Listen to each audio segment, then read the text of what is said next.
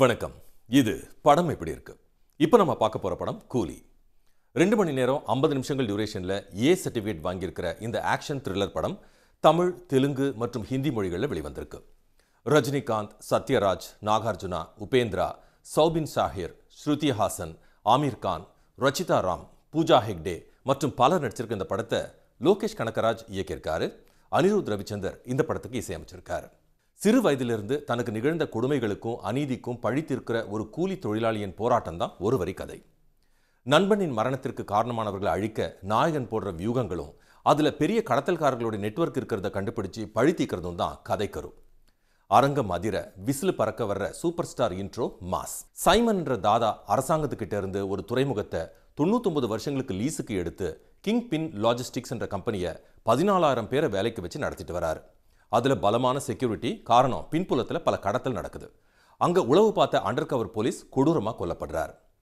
பேரலா hero intro ஒரு மேன்ஷன்ல கையில கசாப்பு கத்தியோட, இடையில கொஞ்சம் வசனங்கள்ல காமெடி சிதறல், வைபான குத்துப்பாட்டுன்னு ஜாலியா போகிற திரைக்கதையில திடீர்னு வருது நண்பன் சென்டிமெண்ட்.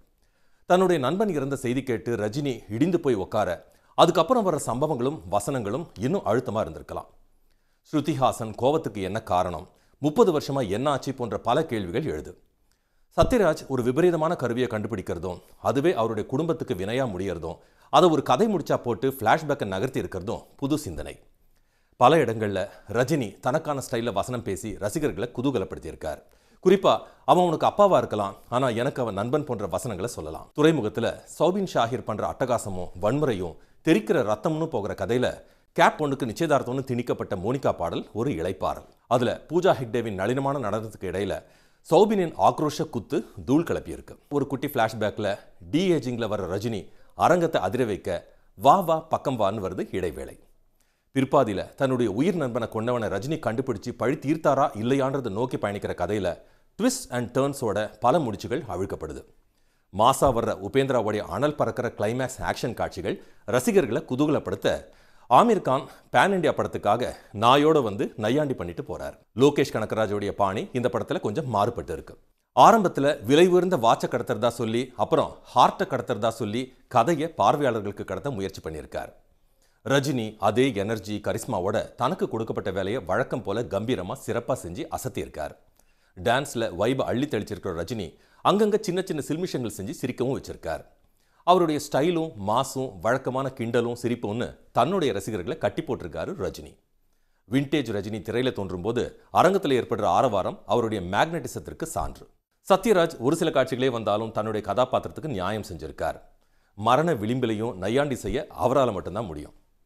உபேந்திரா கிளைமேக்ஸ்ல ஒரு ஆக்ஷன் சீக்வன்ஸ்ல அதிரடியா வந்து பேன் இண்டியா படத்துக்கு பக்காவா பொருந்திருக்கார். ஆமீர் கான் பாலிவுட் பிசினஸ்க்காக பகிரங்கமா செருகப்பட்டு கதை முடிஞ்சப்புறமா பீடு நடை போட்டு வந்து பீடியை ரசிச்சுட்டு போறார். ஸ்ருதி ஹாசன் சிக்கலான சிச்சுவேஷன்களில் சிக்கி படம் முழுக்க டென்ஷனாகவே நடிச்சிருக்காங்க. கோவப்படுற இடங்களில் சிறப்பாக நடிச்சிருந்தாலும் எதுக்கு கோவப்படுறாங்கன்னு தெளிவுபடுத்தியிருந்தா இன்னும் சிறப்பாக இருந்திருக்கும். ரச்சிதா ராம் கலங்கப்பட்ட அண்டர் கவரா அசிங்கமாக பேசி அதிரடி காட்டியிருக்காங்க. நாகார்ஜுனா வில்லன் கதாபாத்திரத்துக்கு பொருந்தி பிரமாதமாக நடிச்சிருக்காரு. ஒரு கடத்தல் கேங் லீடராக பொறுமையாக பிளான் போடுற இடங்கள்லையும் கோவப்பட்டு வெறித்தனமாக கத்தும் போதும் தன்னுடைய பங்கை சிறப்பாக செஞ்சிருக்கார். சௌபின் ஷாஹிர் ஒரு அடியாளா, ஒரு கொடூரமான கொலைக்காரனா, ஒரு அண்டர் கவர் போலீஸான்னு மட்டும் இல்லாம மோனிகா பாடல்ல செம்ம எனர்ஜியோட ஆடுற டான்ஸ் மாஸ்டர் பீஸ். கடைசியில் அவருக்கு அவ்வளோ பெரிய குழி எக்ஸாஜரேஷனின் எக்ஸ்ட்ரீம்னு சொல்லலாம். மற்ற கதாபாத்திரங்களும் சிறப்பாக நடிச்சிருக்காங்க. குறிப்பா காளி வெங்கட், சார்லி, லொல்லு சபாமாரன்னு சொல்லலாம். கிரீஷ் கங்காதரனுடைய கேமரா கோணங்களும் காட்சிக்கேற்ற கலரிங்கும் மிக பொருத்தம். உடலை உருக்குலைக்கிற பிளாஸ்மா டிஸ்இன்டகிரேஷன் காட்சியில அந்த செட்டப்பும் கிராஃபிக்ஸும் புதுமையா இருக்க, பப்ளிக் டாய்லெட்டுக்கு பின்னாடி லாக்கர், மேன்ஷன் செட், அதுல ஒரு விண்டேஜ் போன் போன்ற அரங்க அமைப்புகள் அருமை. விஎஃப்எக்ஸும் எஸ்எஃப்எக்ஸும் தரம். வசனங்களோடு கூடிய காட்சிகளுக்கு மத்தியில் கட் டு பிளாக்ல கிரெடிட்ஸ் போடுறது புதுமையா இருக்கு. அனிருத் இசையில மோனிகா பவர் ஹவுஸ் பாடல்கள் வழக்கம் போல ஆட்டம் போட வைக்கும்படி இருந்தாலும் சிக்கிட்டு சாங் பேட்டையின் உல்லால பாட்டை ஞாபகப்படுத்துது. பிஜிஎம் அதிரடி காட்சிகளுக்கு அலங்காரமா அமைஞ்சிருக்கு.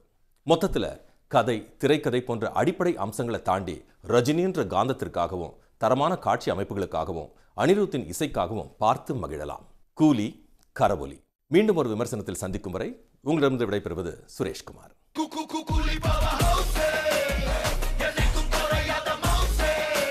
உடனுக்குடன் செய்திகளை தெரிந்து கொள்ள சன் நியூஸ் பெல் ஐகானை கிளிக் பண்ணுங்க.